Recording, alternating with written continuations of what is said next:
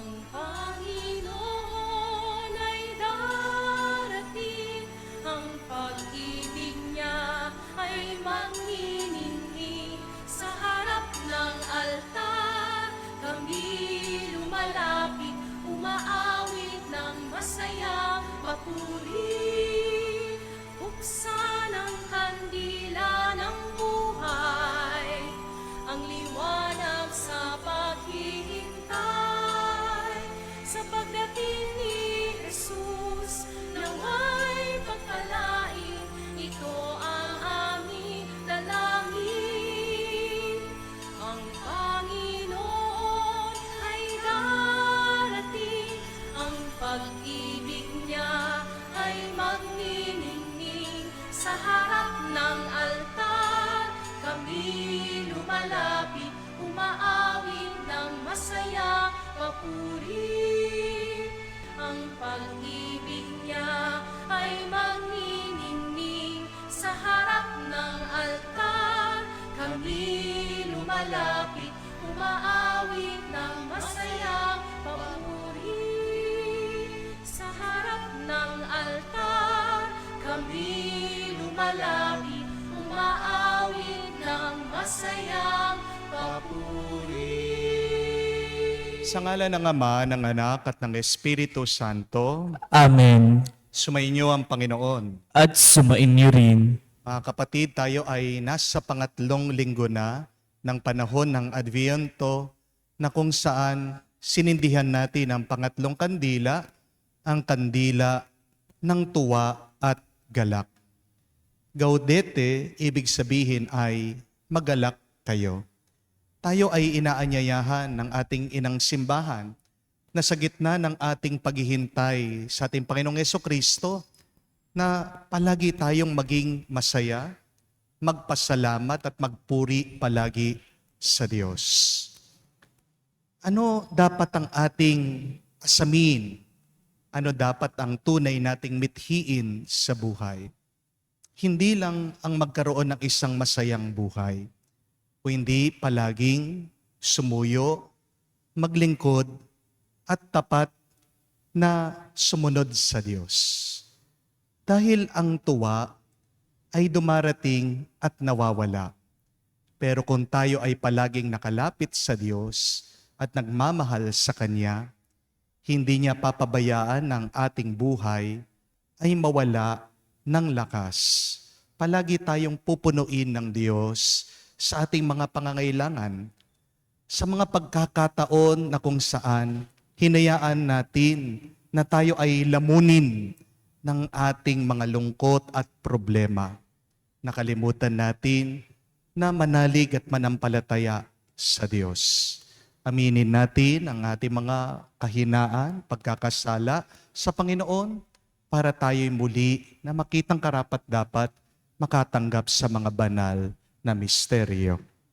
Inaamin ko Sa makapangyarihang Diyos at sa inyo mga kapatid, nalubha akong nagkasala sa isip, sa salita, sa gawa at sa aking pagkukulang. Kaya isnasamo ko sa mahal na Birheng Maria, sa lahat ng mga anghel at mga banal, at sa inyo mga kapatid, na ako'y ipanalangin sa Panginoong ating Diyos. kaawaan tayo na makapangyarihang Diyos, patawarin tayo sa ating mga kasalanan, at patnubayan tayo sa buhay na walang hanggan. Amen.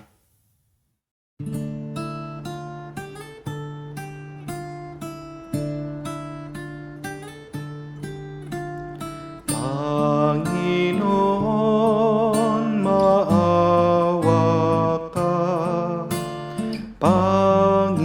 Panginoon, maawa ka.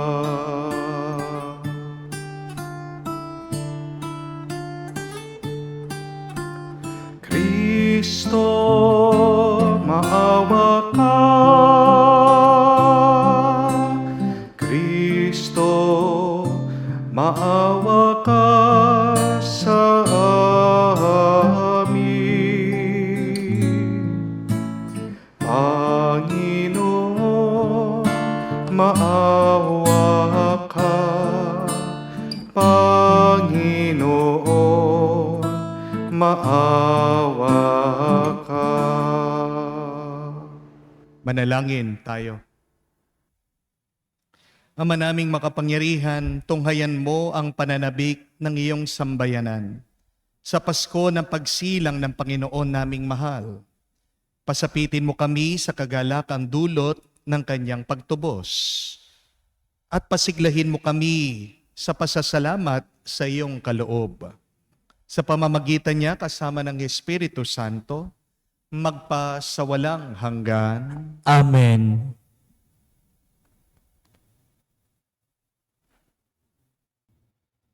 Pagbasa mula sa aklat ni Propeta Soponias.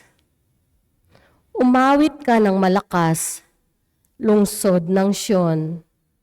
Sumigaw ka, Israel.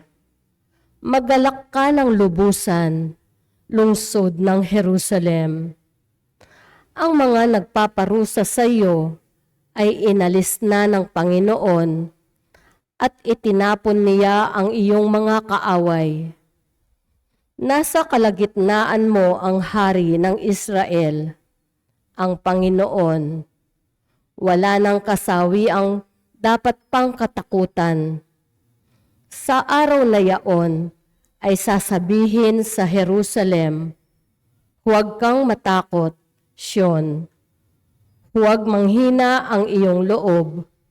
Nasa piling mo ang Panginoong iyong Diyos. Parang bayaning nagtagumpay, makikigalak siya sa iyong katuwaan.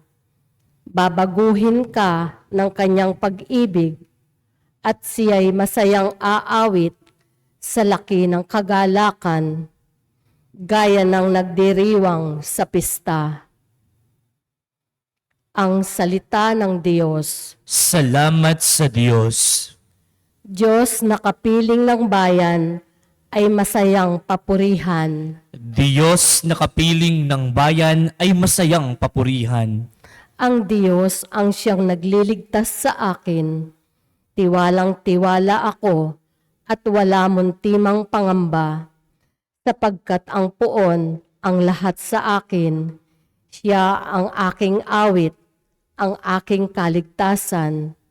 Malugod kayong sasalok ng tubig sa batis ng kaligtasan.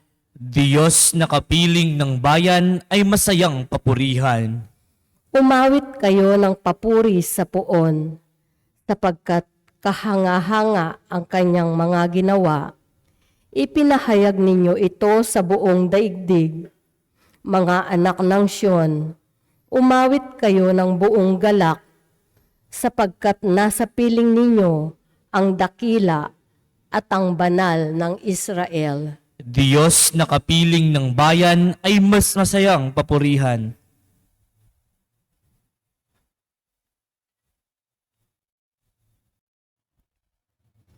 Pagbasa mula sa sulat ni Apostol San Pablo sa mga taga-Pilipos. Mga kapatid, magalak kayong lagi sa Panginoon. Inuulit ko, magalak kayo. Ipadama ninyo sa lahat ang inyong kagandahang loob. Malapit nang dumating ang Panginoon. Huwag kayong mabalisa tungkol sa anumang bagay. Sa halip ay hingin ninyo sa Diyos ang lahat ng inyong kailangan sa pamamagitan ng panalangin may pasasalamat. At ang di malirip na kapayapaan ng Diyos ang mag-iingat sa inyong puso at pag-iisip sa pamamagitan ni Kristo Jesus, ang salita ng Diyos. Salamat sa Diyos.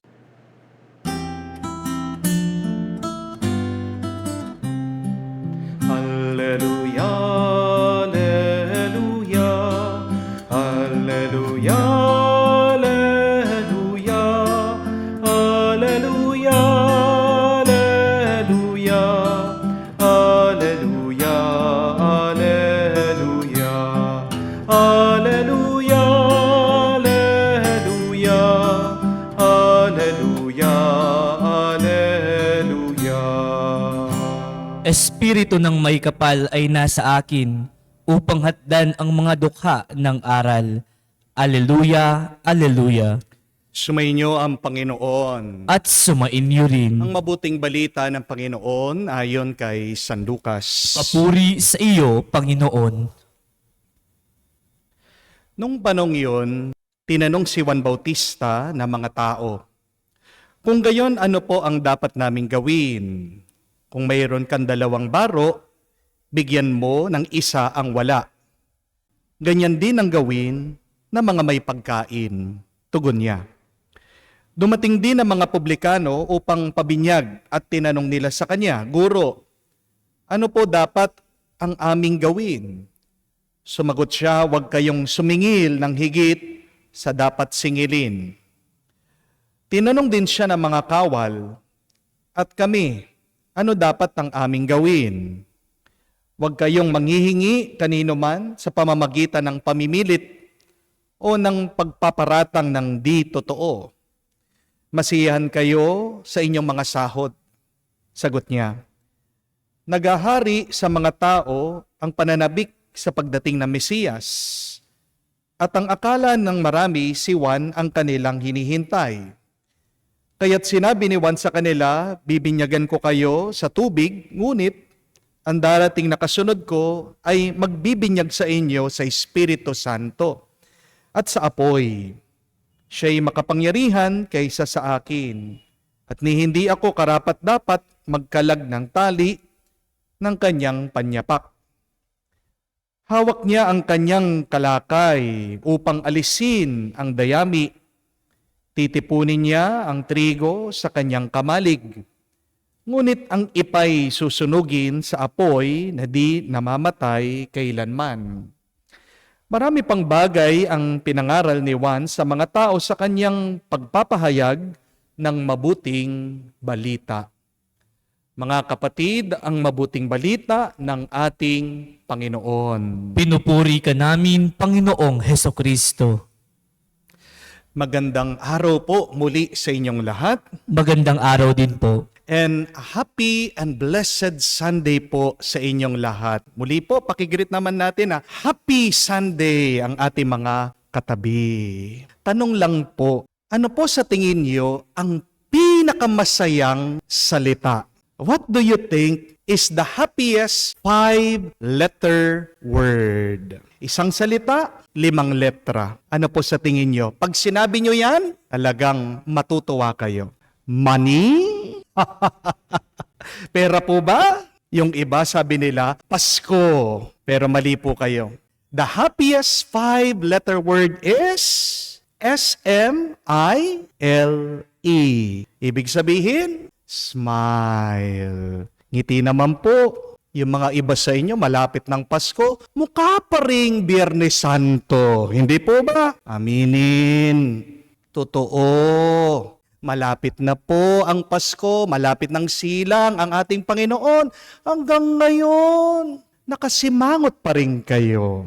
The happiest 5-letter word is smile. You do not need any reason to smile.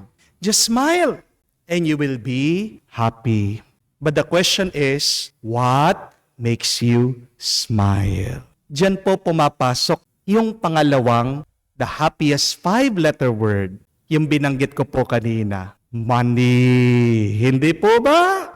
Ayan, binanggit ko pa lang ang salitang pera, money. Yung mga iba, ngumiti. Yung mga iba, tumawa na. Let us be honest, mga kapatid, wala pong plastikan. Maging totoo po tayo. Huwag kang magsinungaling. Ang nakakabigay sa iyo ng ngiti at tuwa ay ang pera. Amen? Meron po bang tao, pag binibigyan ng pera, malungkot? Wala. Hindi po ba? Meron pa nga mga iba, pag binibigyan mo ng pera, naiiyak sila. Bakit tumutulo ang luha? Malungkot? Hindi. Umiiyak sa tuwa, sa galak. Hindi po ba? If you want to make people happy, then give them money. Amen? Yung mga ibang kumpanya po sa inyo, pagkayaman-yaman, kumikita na. Buti pa yung kanilang mga manager, yung mga executive, dinagdagan nyo ng sahod. Tinaas nyo, in-increase nyo yung binibigay nyo sa kanila. Pero yung mga simpleng empleyado, Anong binibigay pag Pasko? Binigyan po ng tuwalya. Binigyan po ng mug. Binigyan po ng ballpen. Binigyan ng kalendaryo. Mga kapatid, kung gusto mong matuwa ang tao, kailangan niya yan. Bigyan mo ng pera. Amen? Iba din po kasing magpasaya ang pera. Dito lang po sa parokya, pag po Christmas party, ako po ay nagbububod ng pera. Katuwaan lang po. Habang pong nag-game sila, surprise po, tatapunan ko ng pera. Magkakagulo na po. Pagkatapos, makikita nyo, tawanan, nakangiti. Masaya po ang lahat. Sabi nga po nung isa, nakausap ko, Father, kahit na marami akong pera, kahit na mayaman ako, pag nagtapon na kayo ng pera, para bang na-excite ako para ako maliit na bata. Kahit na maumpog-umpog na ako sa mga iba, kahit na mga galos-galos ako, kahit na 20 pesos lang yan, nakikipag-unahan ako. Iba po ang tuwa na binibigay ng pera. Amen? Pero yung tuwa na yon agad nawawala. Amen? Yes. Money can make us happy. And yet, money cannot give you lasting happiness. Sometimes, you may have all of the wealth in the world, and yet you feel so lost in your life because that is what money cannot give to you. Money cannot give you a deep sense of meaning. Money cannot give you purpose. Money cannot give you direction. Hindi niyo po ba napansin sa ating ebanghelyo, ang mga tao na may pera lumalapit kay San Juan. Nalilito sila. Naliligaw sila. Hindi nila alam kung ano kanilang gagawin. Mga sundalo, mga tao na may kayamanan, itong mga tao na may kapangyarihan, isa lang po ang kanilang tanong kay San Juan na nagbibinyag. What shall we do? Ano ang aming gagawin? At napakaganda po na tanong yan. Lalong-lalo na, alam ko po, marami na sa inyo may pera na. Aminin nyo. Alam ko po, yung mga senior citizens sa inyo, may payout na. Yung po mga tupad sa inyo, sumweldo na. Kayo po mga empleyado, alam ko may 13th month na. At yung mga iba, naghihintay pa ng Christmas bonus. Having money will not give you meaning in your life. You may have money, but sometimes you may be clueless in life. Hindi lang po ang pera ang makakapagbigay sa iyo ng galak. Ngayon ikaw ay binasbasan. Ngayon ikaw ay pinagpala ng Diyos. Ano ang magandang gawin? Balikan natin ang turo ni San Juan Bautista. St. John the Baptist is teaching us something on how to become more happy and how to receive the grace, the gift of joy from God. 3 bagay lang po. Number 1, kailangan marunong tayong magbahagi sa iba. Amen? Sabi po ni St. John the Baptist, those who have 2 clothes should give 1 to those who have not. Yung merong sobrang pagkain, ganyan din ang gawin nyo, magbigay dun sa mga wala. Nothing can give us more joy than sharing what you have to others who have not. Ano ang gusto nyo? Yung pong humihingi o yung ikaw ay nagbibigay? Anong gusto mong mas maranasan? Yung ikaw yung nagbabahagi o yung ikaw ay nagpapalimos? Alam natin ang sagot dyan. Mas masarap, mas maganda, mas mabuti na ikaw ang nagbibigay kaysa dun sa ikaw ay ang humihingi. Hindi ko po makalimutan yung sinabi po ni Shaquille O'Neal. Sabi po niya, yung sikat na basketballista, napakayaman po nito. Sabi niya, I cannot use all of my money for myself. And I cannot bring all of my wealth to the grave. Kaya nga po palagi siyang nagble-bless ng mga ibang tao. Walang kwenta ang pera, walang halaga ang iyong kayamanan kung nandyan lang yan, hindi mo ginagamit. Palamuti lang yan. Display lang yan kung hindi mo gagamitin. Amen? Ito po ang mathematics ng buhay. Huwag niyong kakalimutan. The more that you divide yourself, the more that blessings multiply. The more that you subtract from yourself, the more that God will add graces to your life. If you want to double your joy, then you must learn to share what you have. Mga kapatid, pagkadami-dami ng iyong sapatos, hindi mo masusuot lahat ng yan. Amen? Dalawa lang ang iyong paa. Pagkadami-dami ng iyong bag, dalawa lang ang iyong kamay. Pagkadami-dami man ng iyong bahay, isang kwarto, isang kama lang ang magagamit mo. Mga kapatid, darami ang iyong tuwa pag marunong kang magbahagi ng iyong sarili sa iba. Ngayong pong Pasko, bawal ang madamot. Amen? Sabihan yung katabi nyo, bawal ang madamot, bawal ang kuripot. Amen? But secondly, pangalawa, ang sekreto po ng masayang buhay at para tayo ay makatanggap ng grasya ng galak galing sa Espiritu. Ayon po kay San Juan, kailangan pag tayo'y nabubuhay, huwag naman sobra-sobra. Do not live in excess. Yes, when God bless us, it is always abundant, overflowing. Pag tayo ay binibigyan ng Diyos, hindi sakto, sobra-sobra. Pero kaya nagpapasobra ang Diyos kasi naniniwala siya, marunong kang magbigay at magbahagi sa iba. Pero pag inaasam mo ang sobra-sobra sa iyong buhay, magiging mahirap at mabigat ang iyong buhay. Amen? Sabi po ni San Juan sa mga publikano, huwag kayong maniningil ng sobra. Do you know the fastest way on how to be poor?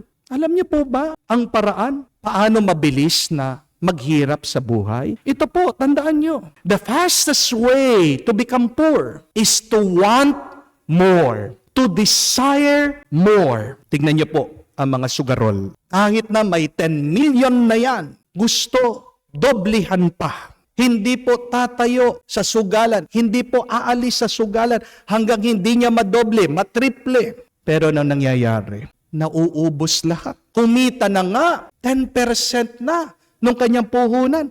Ayaw pa rin. Kasi gusto niya 100% return. Gusto niya 200% return. Ganyan din po ang nagiging kasalanan ng mga nabubudol, ng mga naloloko, ng mga scam kasi nasisilaw dun sa pangako. Mag-invest ka, 50% return. Wow! Bibigay lahat ng pera. Pagkatapos, kinokontak, wala na.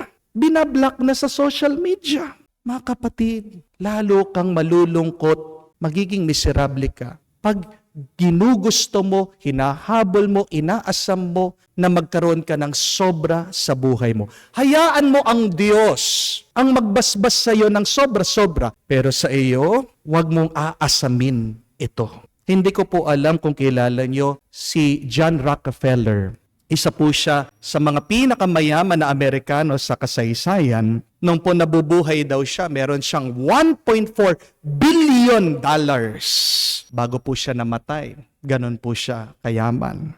Pero nung 55 years old pa lang siya, anong nangyari sa kanya? Pagkayaman-yaman niya, ang pagkakita daw po nila sa kanya, nalagas lahat ng buhok niya. Nakalbo po siya.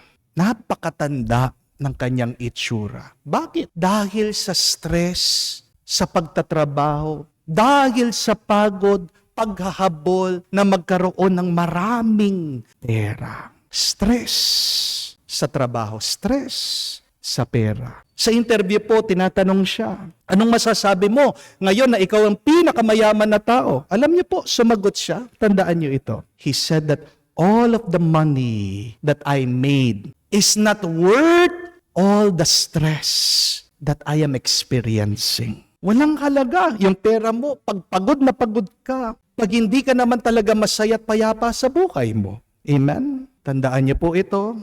Less stuff, less work. More money, more problems. More expenses, more challenges. But less expenses equals more money, more time, more joy. Yan ang magandang equation. Yan ang magandang pamumuhay na dapat nating sundin, gawin araw-araw habang tayo humihinga dito sa mundo. Yan, napakaganda po nung sinabi ni San Antonio ng Padua. Sabi niya, turo niya, the greedy man is not really rich, but poor. He does not control his money, but his money controls him. He does not possess his wealth possess him. He may have many things, yet for him, all is too little. Mga kapatid, kung gusto mong talagang maging masaya, unahin mo, naisin mo ang Diyos. Umaga pa lang, pagkagising mo, huwag mong isipin yung mga utang, huwag mong isipin yung pera. Pagkamulat pa lang ng iyong mata, tumahimik ka. Sabihin mo ito, Panginoon, sa'yo ako. Panginoon, naglilingkod ako sa'yo. Panginoon, susunod ako sa'yo. Ang dami po kasi sa atin, pagkagising pa lang, kukunin na yung cellphone, agad mag-scroll. Ang dami po sa inyo, pagkagising pa lang, sisindihan na yung TV. Yung mga iba, pagkagising pa lang, sesermon na yung asawa. My dear friends, that is not a beautiful way to start your day.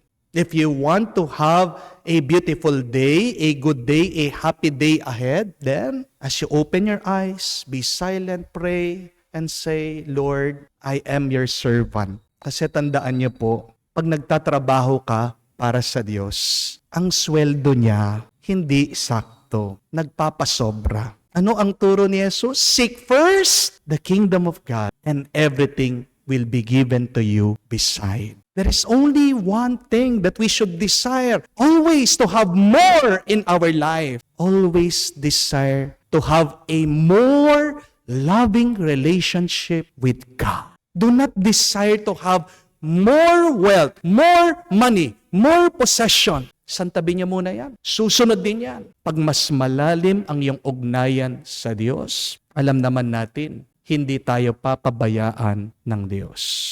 Hindi lang niya pupunuin ang iyong bulsa, pupunuin pa niya ng tuwa at galak ang iyong kaluluwa. Pangatlo at kahuli-hilihan, tayo po ay inaanyayahan ni San Juan Bautista. Kung gusto natin tunay na maging masaya, ang maging kontento. Sabi niya, turo niya sa mga sundalo, huwag kayong maniningil na pinipilit niyo, tinatakot niyong ibang tao. Magpasalamat kayo, maging masaya kayo dun sa sahod nyo. Be contented with your salary. Have you asked that question? Am I contented with life? Why am I not contented with the things that are happening in my life? Remember this, my dear friends, that it is desire that makes rich men poor, but it is contentment that makes poor man rich. Ganda po, no? Gusto mong maging mayaman at mapuno ng tuwa, marunong ka sanang magpasalamat, maging masaya sa iyong tinatanggap. Hindi ko po alam kung alam niyo yung kwento nito, isang tao magsasaka na sinabihan ng may-ari ng lupa ang hasyendero. Bilang pasasalamat sa kanya, bibigyan daw po siya ng sarili niyang lupa doon sa kanyang sinasakahan. Kaya sabi po ng hasyendero doon sa hekta-hektarya niyang ari-arian na lupa, lahat ng malalakaran mo, ibibigay ko sa iyo. Kaisip po itong magsasaka na ito na yung chance niya na magkaroon ng maraming malawak na lupa. Kaya ang ginawa po nitong magsasaka, hindi lang lumakad, tumakbo po siya. Tumakbo siya. Pinakalayo-layo. Sabi po nitong hasyendero, lahat ng malalakaran mo sa isang oras, ibibigay ko sa iyo. Kaya naman, nagmadali. Napakatulin po ng kanyang takbo. Isang oras. Sabi niya, kaya ko pa. Takbo ng takbo. Pero ano po nangyari sa kanya? Dahil sa sobrang pagod sa kakatakbo, bigla siyang nag-collapse na atake po sa puso. Namatay. Yung sanang hekta-hektarya, malawak na lupa na mapapa sa kanya, binigyan din po siya ng lupa. Yun lang nga po, napakaliit.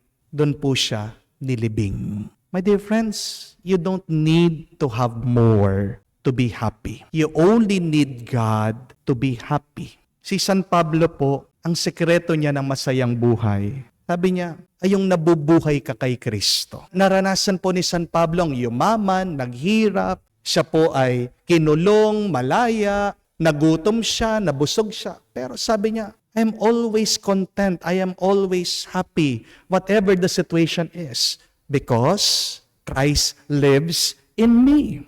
Kaya nga siya yung nagsasabi that I can do all things with Christ who strengthens me. Ano ang buhay kung wala ang Diyos? It is just an empty shell. Amen? Pabalat lang yan. Pero walang laman kung wala ang Diyos. Si Haring David, sa Old Testament, siyang pinakamayaman na tao. Naging siyang pinakamakapangyarihan na hari nung panahon niya. At ang tawag po ng Biblia kay Haring David, napakaganda. He was called the man after the heart of God. Wow! Pero paano siya naging masaya, naging payapa? Itong si Haring David. Kasi po, hinabol niya, hinanap niya, inuna niya palagi ang puso ng Diyos. If you want to be that person, to be after God's heart, then chase the heart of God. My dear friends, be warned. Nag-ingat po ha.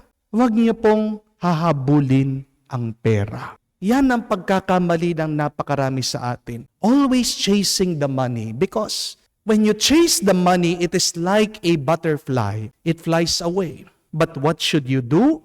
You must make your life beautiful so that the butterfly, the money, the wealth, the riches, the blessing would come to you. How will you make your life beautiful? You cannot do it alone. You need the power, the help, and the grace of God. Amen? 3 sikreto po para maging masaya ang ating buhay at para magtagal ang galak sa atin. Ayon po kay San Juan. Very simple. 1, share. 2, be grateful. And 3, be content always. Unahin mo ang Diyos. Uunahin ng Diyos ang pangangailangan mo. Alam ko po, masaya na ang mga tao dahil malapit ng Pasko. Marami dyan masaya dahil nakatanggap na sila ng pera. Pero masasaya pa tayo. Tandaan nyo, kung hahayaan natin na manahan ang Diyos sa ating isip, sa ating puso, ngayon at magpakailanman. Kaya ang ating dasal, sabihin natin, halina Jesus. Amen. Sumasampalataya ako Sa Diyos amang makapangyarihan sa lahat na may gawa ng langit at lupa, sumasampalataya ako kay Hesukristo, iisang anak ng Diyos, Panginoon nating lahat. Nagkatawang tao siya, lalang ng Espiritu Santo, ipinanganak ni Santa Mariang Birhen, pinagpakasakit ni Poncio Pilato, ipinako sa krus, namatay, inilibing, nanaog sa kinaroroonan ng mga yumao, nang may 3 araw, nabuhay na mag-uli, umakyat sa langit, naluluklok sa kanan ng Diyos amang makapangyarihan sa lahat. Doon nagmumulang paririto at huhukom sa nangabuhay at nangamatay na tao. Sumasampalataya naman ako sa Diyos, Espiritu Santo, sa banal na simbahang Katolika, sa kasamahan ng mga banal, sa kapatawaran ng mga kasalanan, sa pagkabuhay na muli ng mga tay na tao, at sa buhay na walang hanggan. Amen. sa pangangaral ni Juan Bautista na pagtanto natin na lubhang kailangan ng pagbabalik loob sa kabila ng ating kahinaan. Humiling tayong lahat sa kanyang tulong upang may sa puso ang wagas ng pagbabalik loob.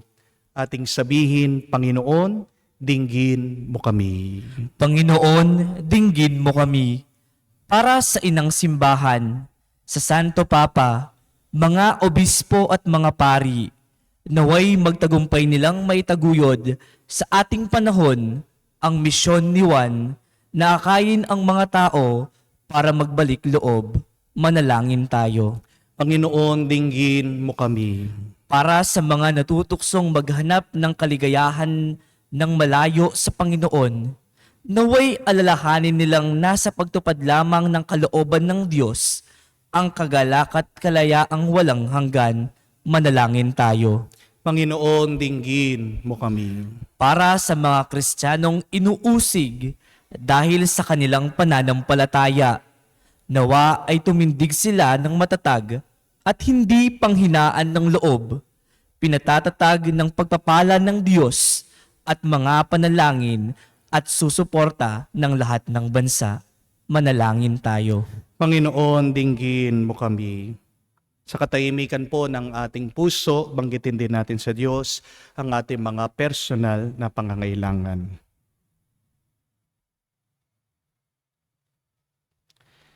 Diyos ng liwanag, itulot mo ang aming asal ay maging laging alinsunod sa ebanghelyo ng buhay naming kasama si Jesus, na siyang bukal ng aming kagalakan at siya'y nabubuhay at naghahari magpakailanman.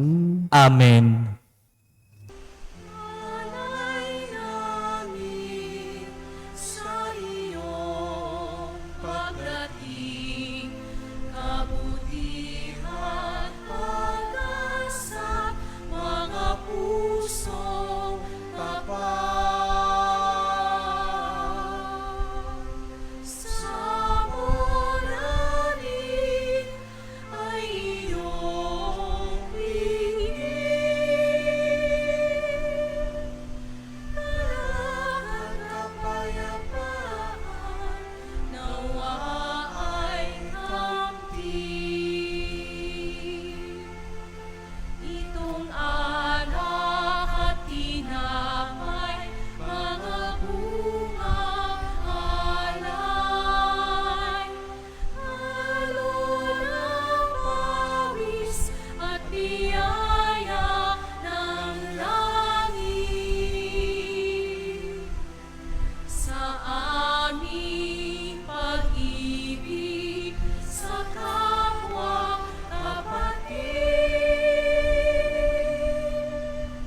buwan ang buhay na iyong bigay.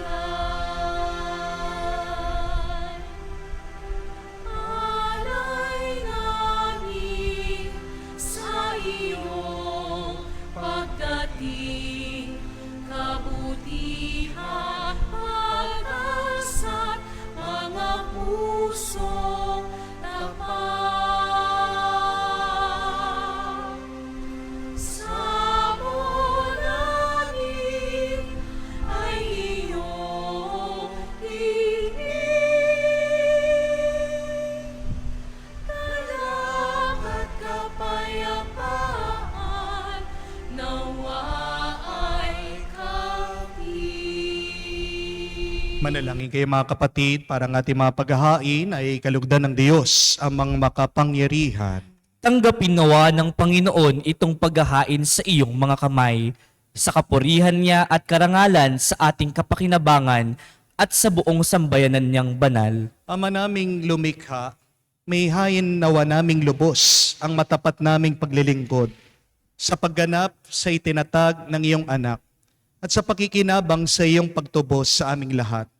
Sa pamagitan niya kasama ng Espiritu Santo magpa sa walang hanggan. Amen. Sumainyo ang Panginoon. At sumainyo rin. Itaas sa Diyos ang iyong mga puso at diwa. Itinaas na namin sa Panginoon. Pasalamatan natin ang Panginoong ating Diyos. Marapat na siya ay pasalamatan. Ama naming makapangyarihan, tunay nga marapat ikaw ang aming pasalamatan sa pamamagitan ni Jesucristo na aming Panginoon. Siya'y sinugo mo upang matupad ang iyong magandang balak para sa lahat. Hindi niya kinahiyang mamuhay ng mahirap upang mapakisamahan niya kami ng matapat. Siyang naging hindi na iba sa amin upang maitampok niya kami sa iyong piling. Sa kanyang lantarang muling pagdating, ang pakikisama niya ay puspusang magniningning. At ang pangako niya ay kapanapanabik ay inaasahan naming lubos na makakamit. Kaya kaisa na manghel nagsisiawit ng papuri sa iyo, na walang humpay sa kalangitan kami nagbubunyi sa iyong kadakilaan.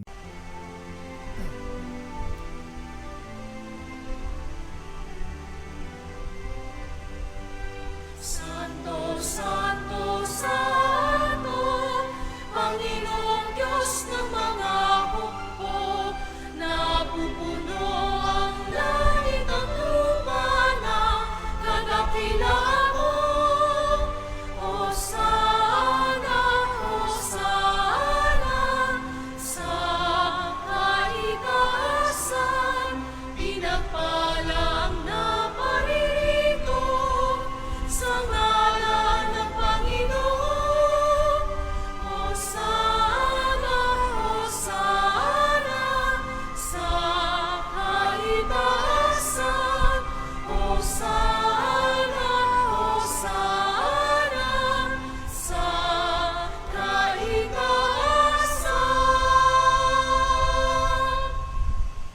Ama naming banal, ikaw ang bukal ng tanang kabanalan, kaya't sa pamagitan ng iyong Espiritu, gawin mong banal ang mga kaloob na ito, upang para sa amin maging katawan at dugo ng aming Panginoong Jesucristo.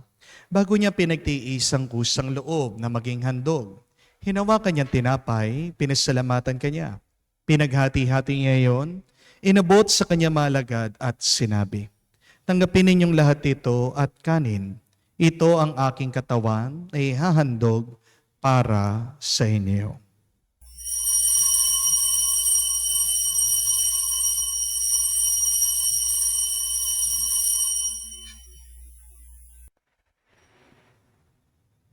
Gayon din naman, matapos ang hapunan, hinawakan niya ang kalis. Muli kanyang pinasalamatan, inabot niya ang kalis sa kanya malagad at sinabi, "Tanggapin ninyong lahat ito at inumin. Itong kalis ng aking dugo, ng bago at walang hanggang tipan, ng aking dugo na ibubuhos para sa inyo at para sa lahat. Sa ipagpapatawad ng mga kasalanan, gawin ninyo ito sa pag-alaala sa akin."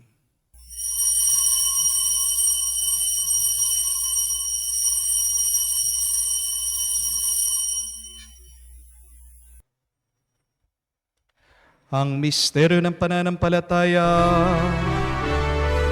Aming ipinahayag na namatay ang iyong anak, nabuhay bilang Mesiyas at magbabalik sa wakas para mahayag sa lahat.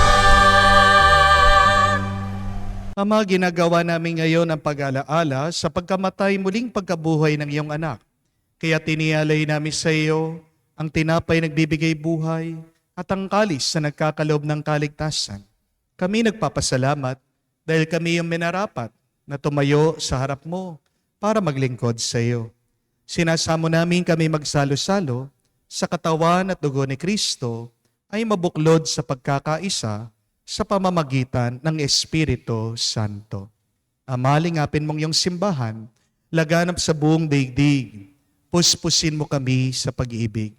Kay San Francesco ang aming Papa, Florentino aming Arsobispo at ng Tanang Kaparian. Alalahanin mo rin ang aming mga kapatid na nahimlay, may pag-asang sila'y muling mabubuhay. Gayon din naman lahat ng mga pumanaw, kawan mo't sila't patuloyin sa iyong kaliwanagan. Kawan mo't pagindapating kaming lahat na makasalo sa iyong buhay na walang wakas. Kaisa na Mahal na Birhen Maria, Ina ng Diyos. Kaisa ni San Jose, ang kanyang maligayang esposo. Kaisa na mga apostol, lahat na mga banal na namuhay dito sa daigdig na kalugod-lugod sa iyo. May pagdiwang naman namin ang pagpupuri sa ikararangal mo sa pamamagitan ng iyong anak, aming Panginoong Heso Kristo. Sa pamamagitan ni Kristo, kasama niya at sa Kanya, ang lahat ng parangal at papuri ay sa iyo, Diyos Ama, makapangyarihan, kasama ng Espiritu Santo, magpasawalang hanggan. Amen, Amen, Amen. Sa nakakagaling na utos sa turo ni Jesus sa Panginoon natin at Diyos, ipahayag natin ang lakas loob.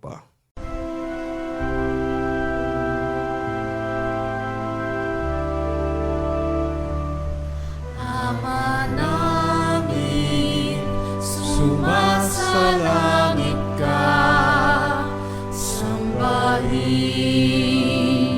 ang ngalan mo, mapasa amin ang kaharian mo, sundin ang loob mo dito sa lupa para nang sa langit. Bigyan mo kami ngayon ng aming kakanin sa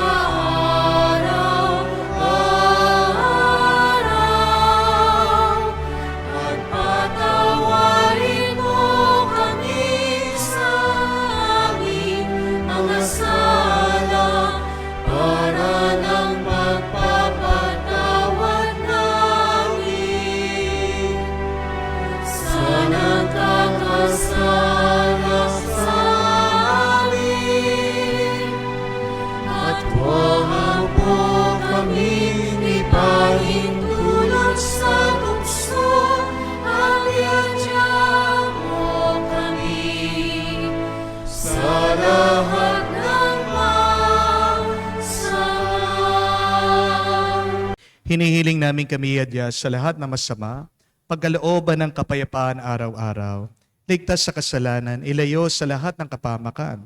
Samantalang aming pinanabikan ang dakilang araw ng pagpapahayag ng tagapagligtas naming si Heso Kristo. Sapagkat iyo ang kaharian at ang kapangyarihan at ang kapurihan magpakailanman.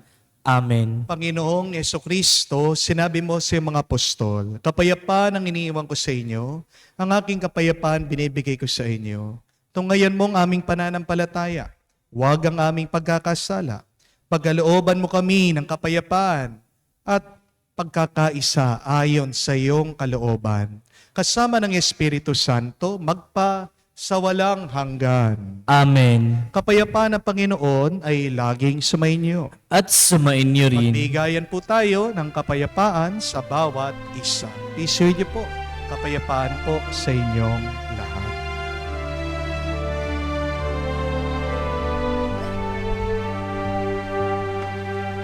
Kordero ng Diyos na nag-aalis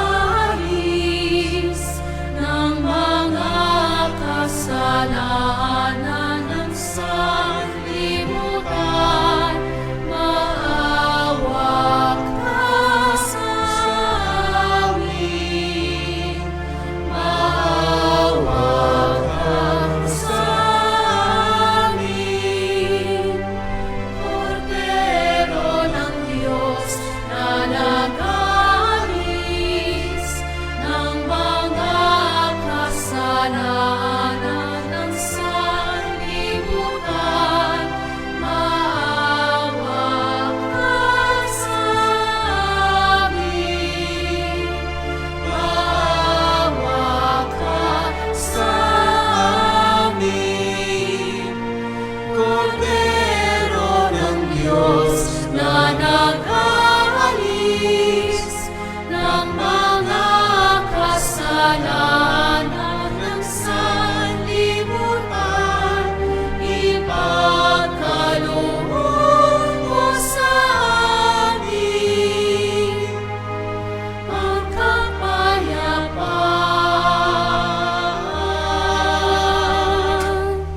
Mga kapatid, naririto ang ating Panginoong Yeso Kristo, Kordero ng Diyos. Siyang nag-aalis sa mga kasalanan ng sanlibutan. Mapalad tayong lumalapit sa piging ng Kordero. Panginoon, hindi ako karapat-dapat na magpatuloy sa iyo, ngunit sa isang salita mo lamang ay gagaling na ako.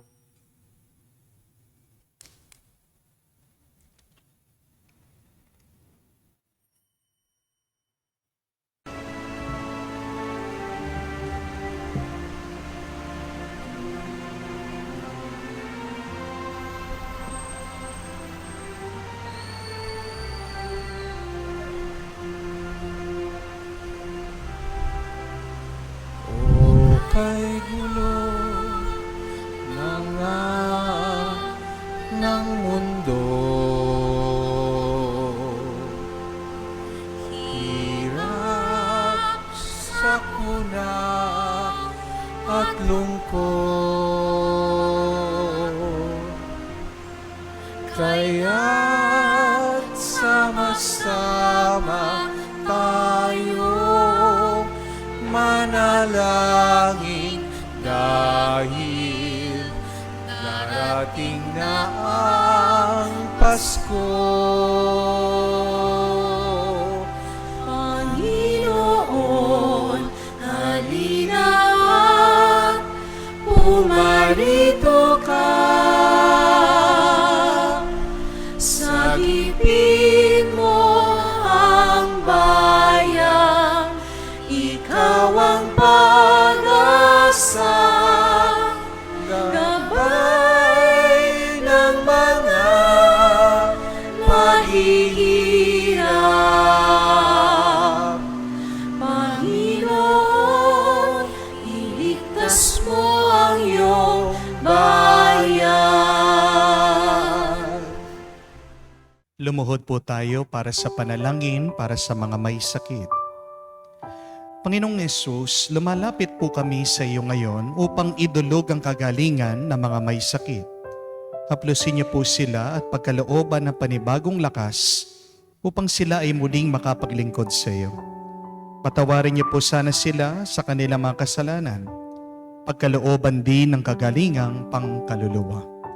Sa katahimikan po ng ating puso, banggitin natin at sabihin sa Diyos ang pangalan ng ating mga kapatid na humihiling na mabilis na kagalingan.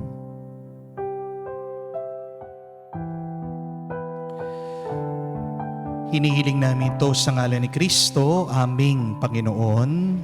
Amen. Panalangin para sa mga OFW.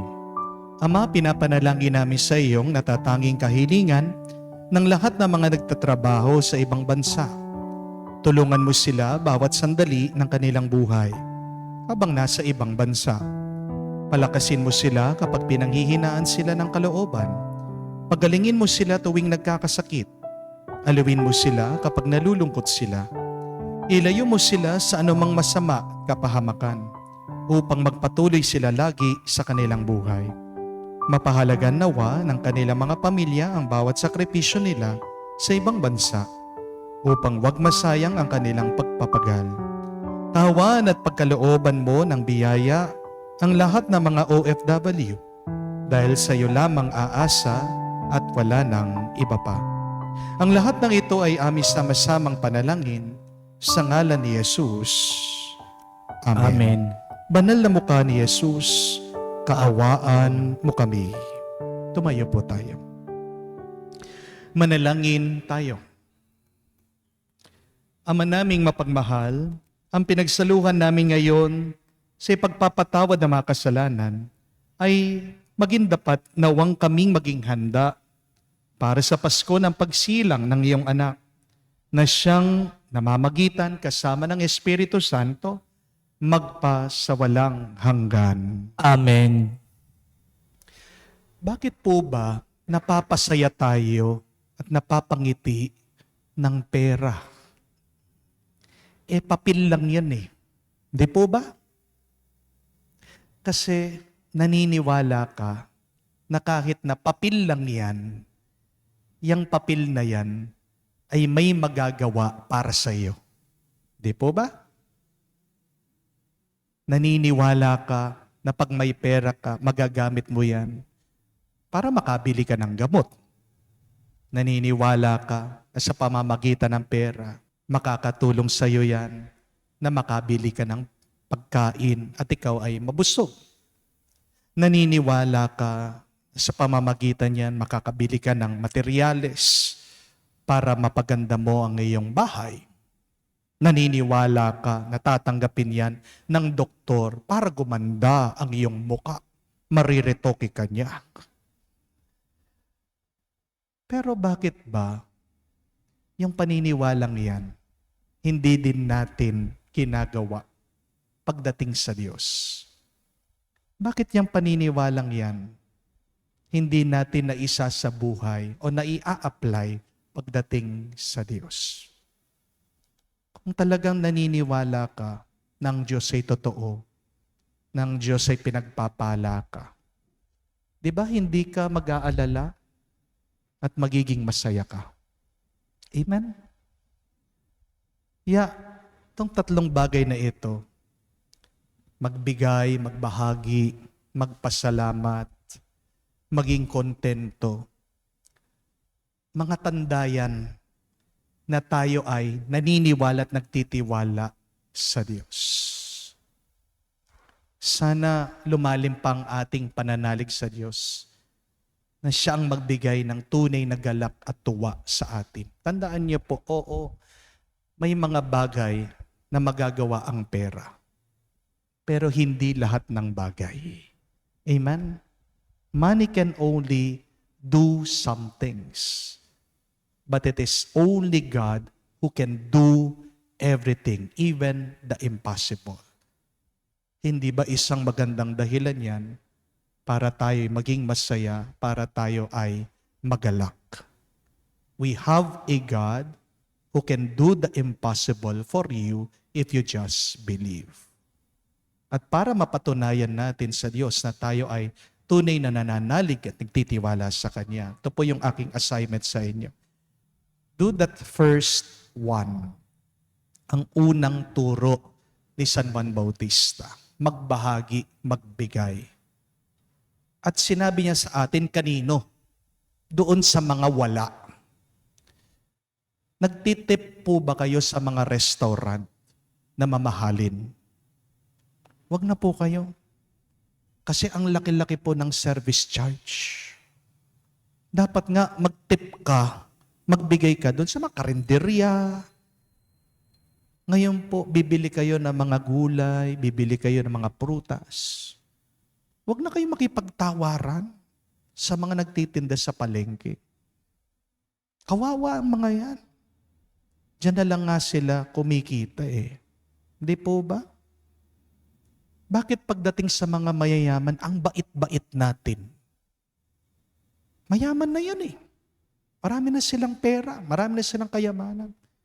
Pero pagdating sa mga dukha, mga maralita, mga mahihirap, ang sungit-sungit natin, aminin, kasalanan natin lahat yan, pagkukulang natin lahat yan. Kung talagang naniniwala ka, nagtitiwala ka sa Diyos, magbahagi ka, magbigay ka, unang-una, dun sa mga nahihirapan. Yan po yung ating assignment.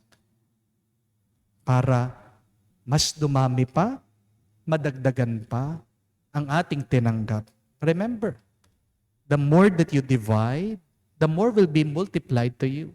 The more that you subtract in your life, God will add more blessing to you. Sumain niyo ang Panginoon. Sumain niyo rin. At kayo ay basbasa ng Diyos, makapangyarihan sa lahat, sa ngalan ng Ama, ng Anak, ng Espiritu Santo. Amen. Ang ating misa ay natapos na, humayo kayo sa kapayapaan ni Kristo. Salamat sa Diyos.